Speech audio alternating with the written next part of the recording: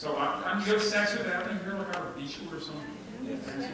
Okay, so they asked me to redo the logo for Saks, and I took their 1973 logo designed by a guy named Tom Carnesi and trimmed it up a little bit. And the only thing they said was, we like squares. We want the logo to have squares in it if possible. That's the only instruction I had. And so, okay, it's not that hard. So we took that logo and put it in a square like that first, right? Done, right? But wait, there's more. Then we took the square and chopped it up into 64 smaller squares. And you see those little red lines? Each one of those squares has this miracle kind of little piece of artwork in it. Not each of them. Some of them are black and some of them are a little bit boring, but there's some that are really cool looking if you ask me. So these are all, each one of these is one of the 64 squares chopped out of the original Saks logo. And these look like abstract art you'd see across the street. One of my favorite paintings across the street is by Franz Klein. Big white canvas with just these big black slashes on it. And these little slices of the Saks logo remind me of his work a little bit. And then once we have these things as the building blocks, what you're able to do then is use them for shopping bags, boxes. You can use them big, you can use them small, you can put them on the awnings outside, you can do all sorts of different cool things with them. The New York Times is our hometown newspaper, and this is sort of another example of the same thing. They want us to put a big sign on the building, and the building's made entirely out of glass, because the news is transparent, right? So people have great views from the side of this building. The thing that stops them from getting too hot is there are all these tiny little ceramic rods up and down the building. So the logo for the Times is in this font called Fraktura 6 that was retuned by this great font designer named Matthew Carter in 2005. This is the new building by a great Italian architect named Renzo Piano. And you can sort of tell that up each side of the building are these narrow rods, right? So we decided to chop up the logo of the New York Times into 896 pieces, then attach each of those pieces to one of the rods, so that they could create this little sort of screen that you could shape like a beak. You could look out of it, and when you put them all together, they spell New York Times. When you look at it from below, it looks like it's opaque. When you look at it from the other side, you can more or less see through it. You can still sort of tell that you're working for the New York Times. If you're that lady right there. T is right there behind her, I guess. Looks nice at night. It's over the door. And then inside we did some room signs using another typeface they use, also designed by Matthew Carter, called Franklin Gothic. Except some of them are boring, but then some of them are fun. Like so, they saved every photograph they ever ran in the New York Times down in the basement called the morgue. And so the guy that runs the morgue we said we need 20 pictures for the men's room, 20 pictures for the 20 ladies' rooms. And so the women's room, it's always just all these different pictures of women. All these pictures of men. Page 1 is where they decide what the big headlines are. The video edit room, equipment room, team room, go renters.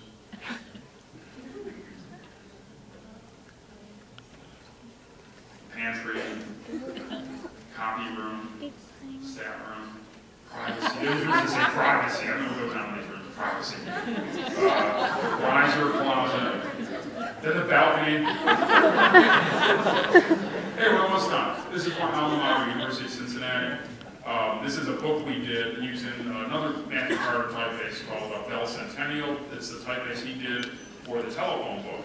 That's why it's called Bell. And my school is a really crazy building by Peter Eisenman. It's we made this phone booky sort of book to kind of explain how simply to use the building using mathematics. Very complicated. Remember I was talking about Palm Beach County at the beginning?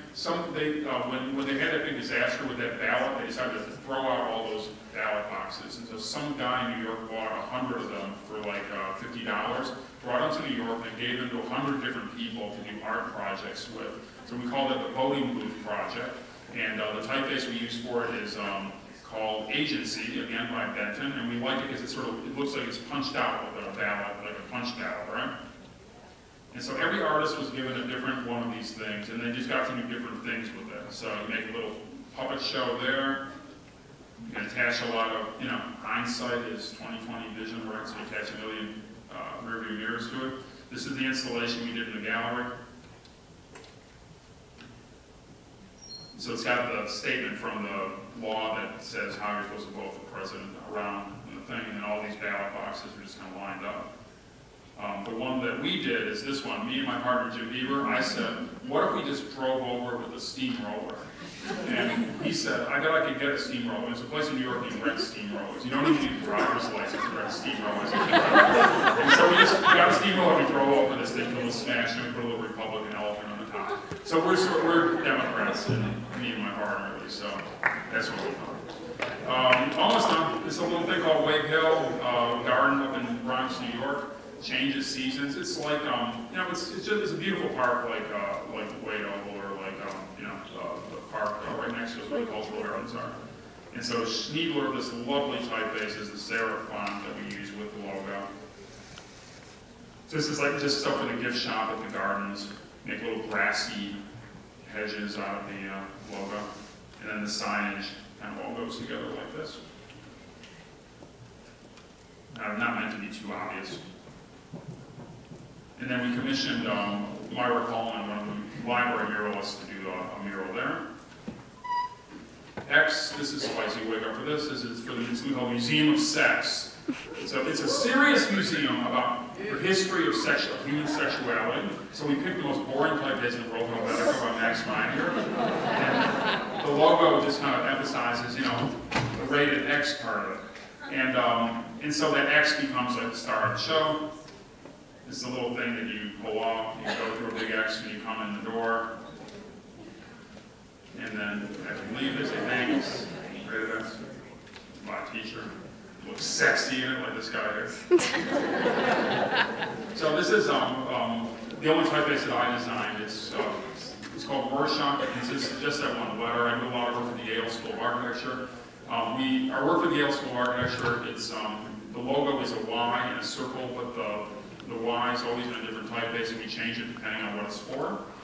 And so sometimes the Y is really straightforward. We use a lot of different typefaces for these black and white posters we do for them. And I made up that Y once when they had a conference on architecture and psychoanalysis. And I guess I've never been to that kind of psychiatrist, but I guess they show you these blots and they say, what does this look like? And so this little Y up here is one of those blots that I made by hand. And finally, Z is a typeface that my daughter Elizabeth did when she was 4 years old, called Liz Scroll. And we did this for American Center for Design. Sometimes there's no typeface that exists is good enough, and you don't even want to pick a typeface. You don't even want someone to design a typeface, so you need to find someone who's 4.5 years old to letter for you. And so this was a call for entries for a design competition. I didn't want anyone to think that I wanted it to be a certain way.